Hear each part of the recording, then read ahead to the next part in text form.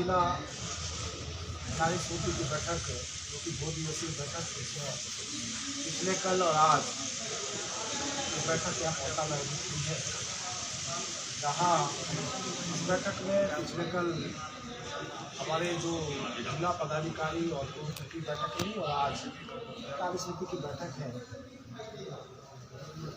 विधानसभा चुनाव के बाद हमारी यह पहली बैठक है और हम जानते हैं कि इस बार हिमाचल प्रदेश में हमने रिवाज बदलने का लक्ष्य रखा था, लेकिन रिवाज तो नहीं बदल पाए, राज बदल गया। और जिला सिरमौर की भी अगर हम बात करें तो हमारे लक्ष्य था कि हम 5 सीटें जीतें, लेकिन किन्हीं कारणवश हम उसमें कामयाब नहीं हो पाए। हम 2 सीटों पे विजयी रहे और 3 सीटें जो कि हमने बहुत कम मार्जिन से लूज़ की हैं। शिलाई हम 382 वोटों से आए, हम रेणुका जी 860 वोटों से और नाहन विधानसभा क्षेत्र 1639 वोटों से हम इसमें पिछड़ गए। लेकिन अगर मैं बात करूं वोटों की तो जिला सिरमौर में हम 10% में कांग्रेस से 3% से आगे हैं। जहां भाजपा को 45% वोट पड़े तो कांग्रेस को 42.5% वोट पड़े। जिसमें अगर हम वोटों की भी बात करें तो कुल 3,22,258 में से 1,45,268 भाजपा को मिले और 1,35,796 वोट कांग्रेस को मिले। अर्थात हमने ये तीनों सीटें बहुत ही कम मार्जिन से हारी और हम जो 5/5 का लक्ष्य था उसमें कामयाब। मैं समझता हूँ हमारे लिए काफ़ी भाग्यपूर्ण रहा। हमारी सरकार ने पिछले 5 वर्षों के दौरान माननीय जयराम ठाकुर जी के नेतृत्व में जिला सिरमौर में किसी प्रकार की कमी नहीं छोड़ी। हमारा जो संगठन है, हमारे सभी वरिष्ठ नेतागण जिला सिरमौर में, इसमें चाहे डॉक्टर राजीव बिंदल जी हैं, हमारे सुखराम चौधरी जी हैं, हमारे जिला अध्यक्ष विनय गुप्ता जी हैं, बलदेव जी हैं, रीना जी हैं, या हमारे जितने भी पार्टी के वरिष्ठ लोग हैं, और सभी ने कड़ी मेहनत की। चाहे सरकार की दृष्टि से बात करें या संगठन की दृष्टि से बात करें, हमारा एक मजबूत नेतृत्व यहाँ पर है। लेकिन कुछ कमियां रही जिस वजह से हम इस बार जो अपेक्षा हमें थी उसमें कामयाब नहीं हो सके। लेकिन अब हमारा लक्ष्य यही है कि विधानसभा चुनाव में जो कमी रही उसको हम आने वाले लोकसभा चुनाव में पूरी करें और जिस प्रकार से पिछली बार भी जिला सिरमौर में बहुत बढ़िया प्रदर्शन रहा था, आने वाले लोकसभा चुनाव में उसको हम पूरा करें। जहाँ तक हम देखें, आज कांग्रेस की सरकार, सुख की सरकार जो कि हिमाचल प्रदेश के लिए दुख लेकर आई है, 2 महीने की सरकार, और जो झूठे वायदे इन्होंने किए, जनता को प्रलोभन दिया, उसके बलबूते पे ये सत्ता में आए। इन्होंने जो 10 गारंटियाँ देने की बात कही, आज हम देखते हैं कि एक भी गारंटी अभी तक पूरी नहीं हुई। आज इस प्रकार से प्रदेश की जनता के साथ इन्होंने धोखा किया, हर वर्ग को छलने का इन्होंने काम किया। उसमें चाहे हमारे कर्मचारी हैं, हमारे किसान हैं, हमारे नौजवान हैं, हमारी महिलाएं हैं, हमारे सभी वर्ग के लोगों को इन्होंने छलने का काम किया। इन्होंने कहा था हम सरकार बनने के 10 दिन में OPS लागू कर देंगे, 10 दिन में लागू नहीं। उसके बाद कहा पहली कैबिनेट में कर देंगे, पहली कैबिनेट में भी लागू नहीं हुई। 13 जनवरी को इन्होंने उसकी घोषणा की और कहा था 2 दिन में नोटिफिकेशन करेंगे, आज तक उसकी नोटिफिकेशन नहीं हो सकी। इन्होंने प्रदेश की महिलाओं से वादा किया था कि हर महिला को हम 1500 रुपये उनके खातों में डालेंगे, और ये भी इन्होंने पहली कैबिनेट में ही करने का निर्णय लिया था।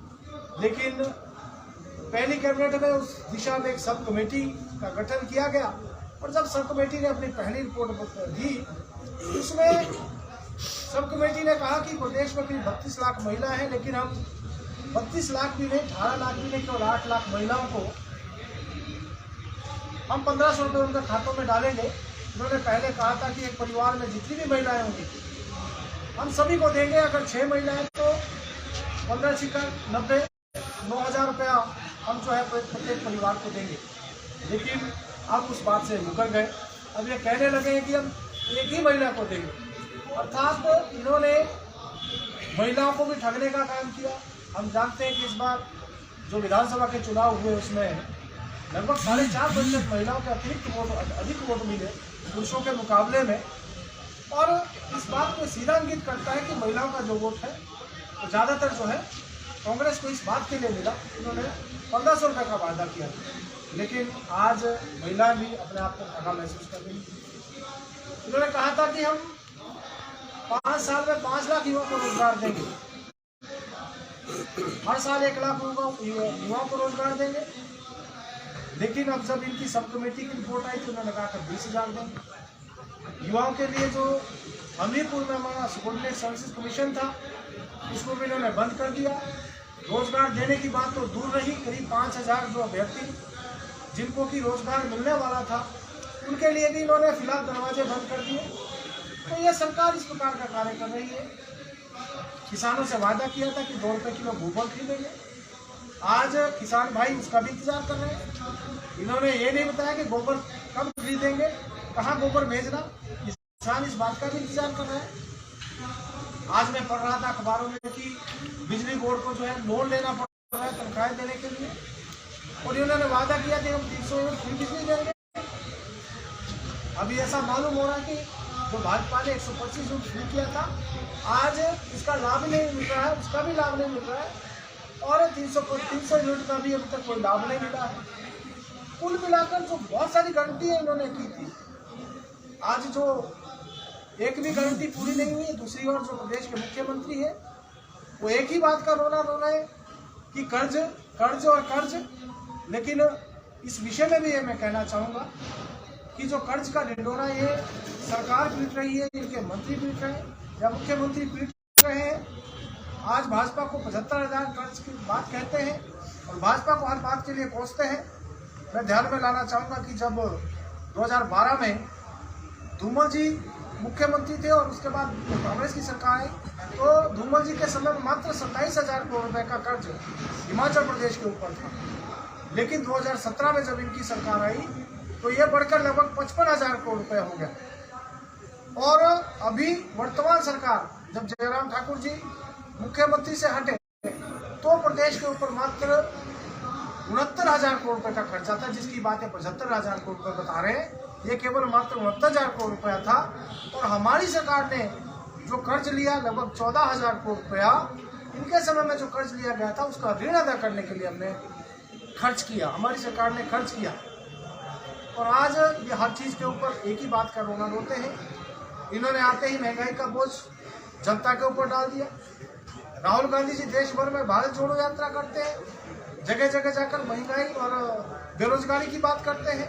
ये जो है सबॉर्डिनेट सर्विसेज कमीशन को बंद कर देते हैं, रोजगार का अवसर युवाओं के लिए बंद कर देते हैं। यहाँ पर जो वैट बढ़ाते हैं, जयराम जी ने 9 रुपये वैट कम किया था, इन्होंने वैट बढ़ा दिया। डीजल में 3 रुपये बढ़ गया, जो खाने का तेल उसमें 9 रुपया बढ़ गया। अर्थात इस सरकार ने केवल और केवल जनता के ऊपर अतिरिक्त महंगाई का बोझ डालने का काम किया, युवाओं के साथ धोखा किया, महिलाओं के साथ धोखा किया।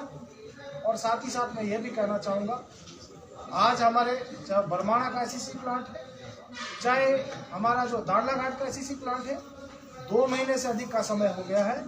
ये सरकार जो ट्रक ऑपरेटर्स की जो मांग है और जो झगड़ा जो है वहाँ सीमेंट प्लांट और ट्रांसपोर्टर्स के बीच में चला है, 2 महीने से सरकार उसको अभी तक सुलझा नहीं पाई है। आज हमारे 3,000 से ज़्यादा ट्रक ऑपरेटर जो है बेरोजगार हो गए हैं।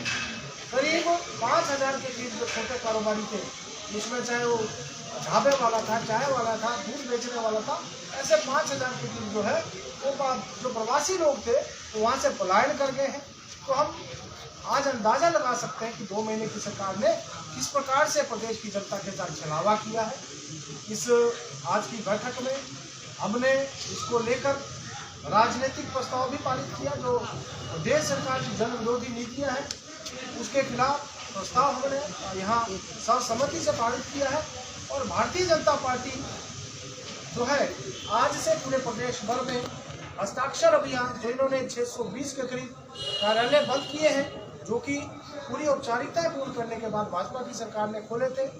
इस सरकार ने आते उनको भी बंद करने का काम किया और जिला सिरमौर में भी लगभग 68 ऐसे कार्यालय हैं जो कि चाहे IPH के हैं, चाहे इलेक्ट्रिसिटी के हैं या दूसरे हमारे कार्यालय हैं, उनको बंद करने का काम किया है। प्रदेश में 620 कार्यालय बंद हुए हैं। पूरे प्रदेश भर में आज से हमारा यह अभियान 25 फरवरी तक चलने वाला है और 25 फरवरी के बाद 5 मार्च तक जो है विभिन्न जिलों के ऊपर हमारे जो लीडर ऑपोजिशन है, हमारे केंद्रीय मंत्री प्रवास करेंगे और हम धरना प्रदर्शन और इस सरकार के खिलाफ जन आक्रोश रैलियां पूरे प्रदेश भर में आयोजित करेंगे। तो इस प्रकार का हमारा आज की जो बैठक है, जिला की बैठक में हमारा जहां ये राजनीतिक प्रस्ताव पारित हुआ और प्रदेश सरकार के खिलाफ, वहीं केंद्र सरकार ने जो पिछले 9 वर्षों के दौरान इस देश में हर वर्ग के लिए जो काम किए हैं और जिसमें जिला सिरमौर के लिए भी अनेक योजनाएं हमारी सरकार ने दी है। यह इस बार का जो अमृतकाल का बजट है, जिस प्रकार से 1902 करोड़ रुपया जिला हमारे प्रदेश के लिए इस सरकार ने दिया और हर क्षेत्र में, और विशेष रूप से टूरिज्म क्षेत्र, जिसमें कि हिमाचल प्रदेश को भी एक टूरिज्म डेस्टिनेशन होने के नाते बहुत बड़ा लाभ होने वाला है। ऐसा बजट, अमृतकाल का जो बजट केंद्र सरकार ने प्रस्तुत किया है, उसको लेकर भी यहाँ पर जो है उसको प्रस्तुत किया गया। कुल मिलाकर जिस प्रकार से केंद्र की सरकार आज आम व्यक्ति के विकास के लिए, इस देश को आगे ले जाने के लिए और काम कर रही है, यही प्रदेश की सरकार आज जनता के साथ धोखा करके जो सत्ता में आई है, जन विरोधी निर्णय लेकर इस प्रदेश की जनता को त्रस्त करने का काम कर रही है।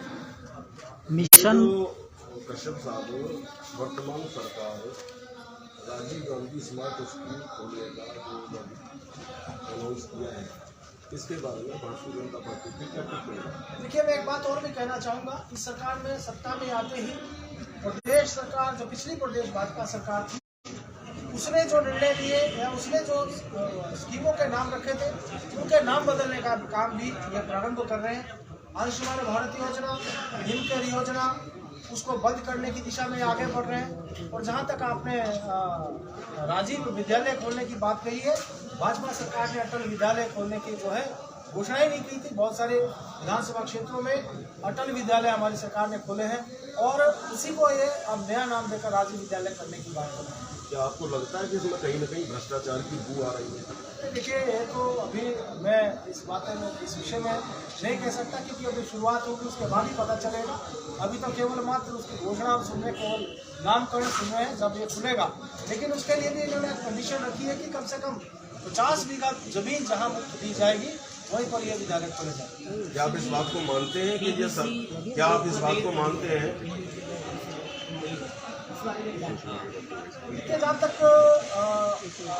किसी IT सर्वे की बात है, उसको हम रेट नहीं कहेंगे, IT विभाग वह सर्वे कर रहा है और जो कुछ जानकारियाँ ऐसी हैं कि विभिन्न IT संबंधित कई प्रकार का जो है वहाँ अनियमितताएँ हैं, उसी को लेकर जो है ये काम चल रहा है। और IT विभाग सरकार ने जो CPS की नियुक्तियां की है, उसको लेकर क्या रणनीति है आपकी? देखिए, ये सरकार जहाँ कर्जे की बात करती है, वहीं फिजूल खर्ची बढ़ाने का काम इन्होंने किया। इन्होंने 6 CPS की नियुक्ति की और करीब आधा दर्जन के जो है चेयरमैन की, वाइस चेयरमैन की नियुक्तियाँ कैबिनेट स्टेटस के साथ की हैं। आज जहाँ ये कर्ज का रोना रो रहे हैं और पैसा नहीं, ऐसी बात करते हैं, करोड़ों रुपया मुख्यमंत्री आवास और दूसरे जो मंत्री और CPS जो है उनकी कोठियों के रंग रोगन और मोहम्मद के ऊपर खर्च किए जा रहे हैं। महंगी महंगी गाड़ियाँ ली जा रही है। कुल मिलाकर एक तरफ तो ये खर्च का रोना रोते हैं और दूसरी ओर करोड़ों रुपया जो है इसके ऊपर खर्च कर रहे हैं। मैं समझता हूँ